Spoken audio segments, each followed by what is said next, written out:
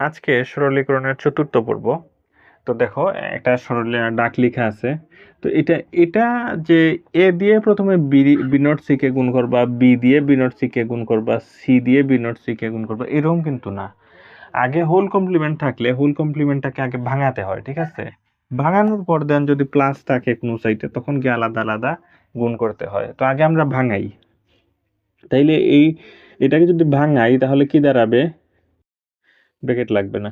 A not dot B not dot সির উপর not তো আছে একটা, এটা আর ওইটা ভেঙে তো আরেকটা পার্ট হবে, ঠিক আছে? যেমন এগুলার উপর নাই, এটা ভেঙে ভেঙে পার্ট হয়েছে, তো এর সি নটের উপরও এটা ভেঙে একটা পার্ট যাবে। আর যেহেতু প্লাসটা আছে এখানেও নাই, আর ব্র্যাকেট দেওয়ার প্রয়োজন নাই, আর এখানকার প্লাস তো উঠেই গেছে। Dot B not C. এখন আমরা একটু গুছাইয়ে লিখতে হবে আমাদের। ধরো কিভাবে গুছাইয়ে লিখবো? আহ, আমরা যদি লিখি এ নট বি নট পাশাপাশি লিখলাম, বি নট পাশাপাশি লিখলাম, আর সির এই যে দুইটা নট থাকে, এই যে সূত্র আমরা পড়েছিলাম এ ডাবল নট সমান সূত্র কি এ, এটা মুখস্থ রাখতে হবে, এটা সূত্র। তাহলে সি ডাবল নট সমান কি হবে? সি। আর এই সি লিখলাম, ঠিক আছে?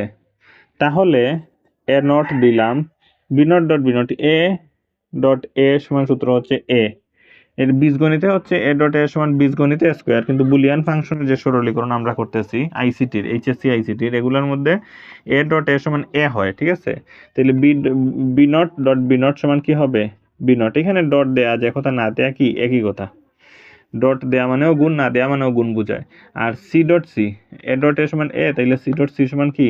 সি। তাইলে উত্তর এটাই হচ্ছে আমাদের উত্তর। আমাদের উত্তর হচ্ছে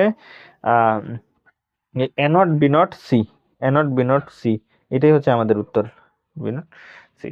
আচ্ছা, তোমরা তুলে ফেলো অঙ্কটা, আমরা এখন পরবর্তী অঙ্ক করব। তো এখন আমরা আরেকটা সরল করতেছি। তো দেখো, সরল করার সময় খেয়াল রাখতে হবে কিভাবে কোনটা কোন সংখ্যাটা আগে পিছে নিয়ে কিভাবে কমন নিলে সূত্রতে পড়ে, এগুলো কিন্তু খেয়াল রাখতে হবে। যার কারণে সূত্রগুলো মুখস্থ রাখতে হবে। সূত্র শেখার কোনো বিকল্প নাই, ঠিক আছে? এটা যেভাবে পারো, সূত্রের উপর ভিডিও আছে, সেগুলো আমার ভিডিও আছে চ্যানেলে, এটা দেখে শিখবা, ঠিক আছে? সূত্র মুখস্থ না করলে কোনোভাবে সম্ভব না। তো দেখো এ নট বিসি, তো এখন কোনটা নিলে কিভাবে কমন হবে? এ নট সি যদি এখানে নাই, এখানে এ নট সি আছে, প্লাস এ নট সি যদি নেই তাহলে ঠিক আছে, তো কমন যাবে এখান থেকে। এখানে লিখলাম এ বি নট সি, আর এখানে এসি কমন যাবে, প্লাস এইটা লিখলাম এ বি সি, ঠিক আছে? এ বি সি লিখলাম। এখন দেখো কমন নিতে খুবই সহজ হবে। এখানেও এ নট সি আছে, এখানেও এ নট সি আছে, দুইটা থেকে এ নট সি কমন নিলাম, তাহলে কি কি হবে? এখানে বি প্লাস ওয়ান, ঠিক আছে? আর এখান থেকে কি কমন যাবে? এখান থেকে এখান থেকে এসি কমন যাবে, ঠিক আছে? এ সি কমন যাবে, এসি কমন গেলে এখানে থাকবে বি নট, আর এখানে থাকবে বি। তাহলে সূত্র কি দাঁড়ালো? এ নট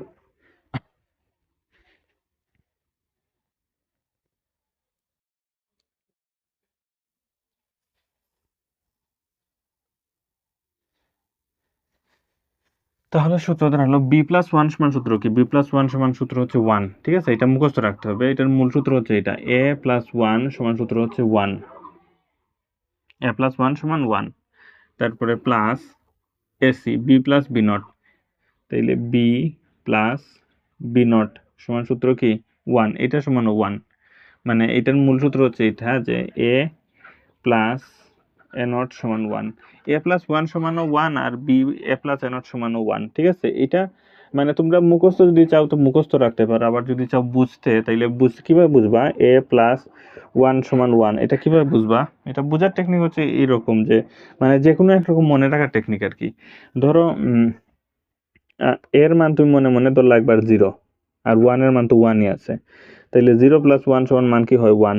এর মান তো একবার জিরো ধরছো, আবার এর মান যদি আবার তুমি মনে মনে ওয়ান ধরো, প্লাস আর এখানে যে ওয়ান আছে ওয়ান বসায় দিলা, তাহলে ওয়ান প্লাস ওয়ান সমান কি? ওয়ান। মানে উভয় ক্ষেত্রে এর মান জিরো ধরো আর ওয়ান ধরো, উভয় ক্ষেত্রে মান কি হয়? ওয়ান হয়, যার কারণে এ প্লাস ওয়ান সমান কি? ওয়ান। এখন ধরো এ প্লাস এ নটেরটা যদি আসি, A plus A not, A plus A not এই সূত্রতে যদি আসি, তাইলে এ প্লাস এ নট সমান মূল সূত্র হচ্ছে ওয়ান, ঠিক আছে? এখন এটা যদি বিশ্লেষণ করি, এর মান তুমি যদি জিরো ধরো, তাইলে এ নটের মান ধরতে হবে ওয়ান, মানে নট থাকলে ঠিক উল্টাটা ধরতে হয়, 0 ধরলে 1, তাহলে 0 + 1 সমান কি হয় 1।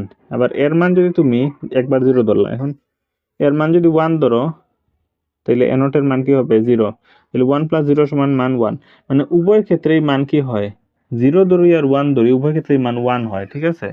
সেই কারণে a + a0 সমান মান হচ্ছে 1, তাহলে b + b0 সমান মান কি হবে 1, তাহলে a0 c a K a0 c plus ac a K ac, ঠিক আছে। a0 c দ্বারা 1 কে গুণ করলে a0 c, ac দ্বারা 1 কে গুণ করলে ac, দুইটাতে কি কমন যাবে c কমন যাবে, তাইলে কি কি থাকবে a0 প্লাস a, তাইলে a প্লাস a0 সমান মান কি 1, এই যে আমরা দেখলাম।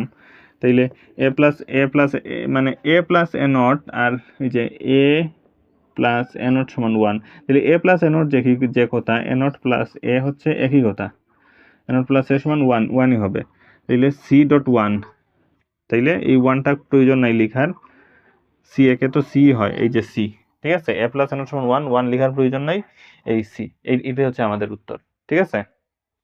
তা বুঝলে তুলে ফেলো তাড়াতাড়ি। তো দেখো এই যে এটা কিন্তু একটা সূত্র, ডি মর্গানের সূত্র, এই হচ্ছে একটা অংশ আর এই হচ্ছে আরেকটা অংশ, ঠিক আছে। এই দুইটা অংশ, অর্থাৎ a plus B whole complement সমান a not dot B not, এই সূত্রতে পড়েছে, ঠিক আছে। এই প্লাসটা ডট হয়ে যাবে। তো দেখো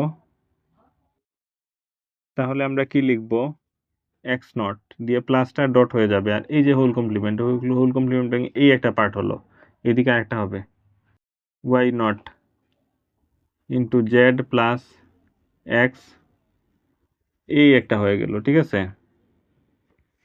তো এখানে X double not A double not সমান সূত্র হচ্ছে এ, তাইলে এখানে এক্স ডাবল নট সমান সূত্র হচ্ছে কি এক্স, নট নটটা কাটা হয়ে যাবে।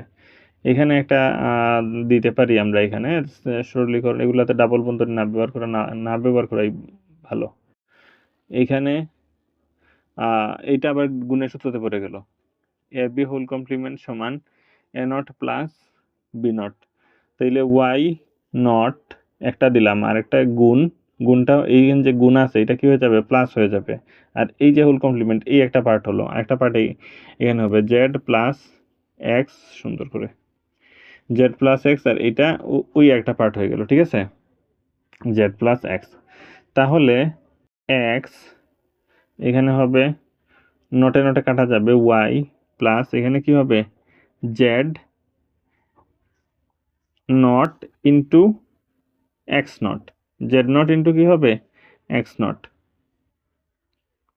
Z nought into x not, ওই প্লাসটা গুণ হয়ে যাবে আর এই হোল কমপ্লিমেন্টটা ভেঙে দুইটা পার্ট হয়ে যাবে। এখন কি হবে এক্স দিয়ে এইটাকে গুণ হবে, এক্স দিয়ে এইটাকে গুণ হবে।